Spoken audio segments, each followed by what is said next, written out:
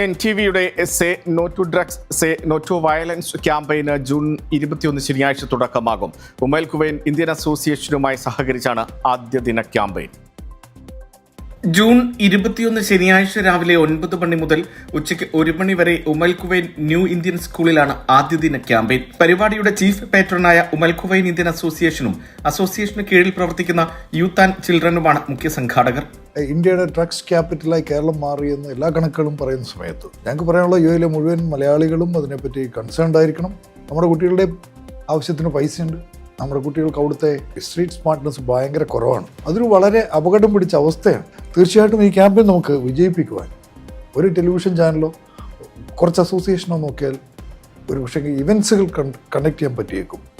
പക്ഷേ അതിൻ്റെ ശരിയായ അർത്ഥത്തിൽ അത് വിജയിക്കണമെങ്കിൽ പ്രിയപ്പെട്ട മലയാളി സുഹൃത്തുക്കൾ, പേരൻസ് എല്ലാവരും ഇത് സഹകരിക്കണം.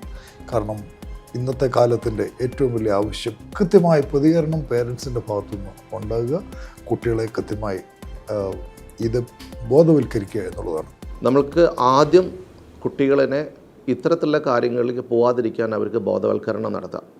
പോയി കഴിഞ്ഞിട്ട് നമ്മൾ കരഞ്ഞിട്ട് കാര്യമില്ല. ഇപ്പോൾ സ്കൂളിൽ ചിലപ്പോൾ നമ്മൾ കാണാറുണ്ട്, ചില കുട്ടികൾ ഉറക്കം തൂങ്ങും, ചിലപ്പോൾ ക്ലാസ്സിൽ ഭയങ്കര അധികം ടയേർഡായിട്ട് കാണും. അപ്പോൾ ഇത്തരത്തിലുള്ള പല ഈ ഡ്രഗ്സ് ഉപയോഗിക്കുന്ന കുട്ടികൾ ഒരുപാട് ശാരീരികമായിട്ടുള്ള സിംറ്റംസ് ഉണ്ട്. അതിലൊന്നാണ് ഫ്രണ്ട്സിൽ നിന്ന് അകലുക, പെട്ടെന്ന് ദേഷ്യം വരിക.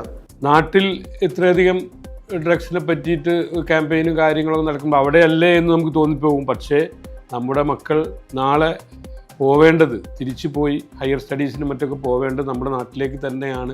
ഓർമ്മപ്പെടുത്തൽ കൂടി അവരെ അതിന് സജ്ജരാക്കുക, ഇതിനെതിരെ അവർക്ക് ഒരു ജാഗ്രത കൊടുക്കുക എന്നുള്ളതാണ് ഇതിന്റെ ലക്ഷ്യം. ലഹരി വിരുദ്ധ സത്യപ്രതിജ്ഞ, മനഃശാസ്ത്ര വിദഗ്ധരുടെയും നാഡീരോഗ വിദഗ്ധരുടെയും ബോധവൽക്കരണ ക്ലാസുകൾ, പ്രഭാഷണങ്ങൾ എന്നിവ ക്യാമ്പയിന്റെ ഭാഗമായി നടക്കും.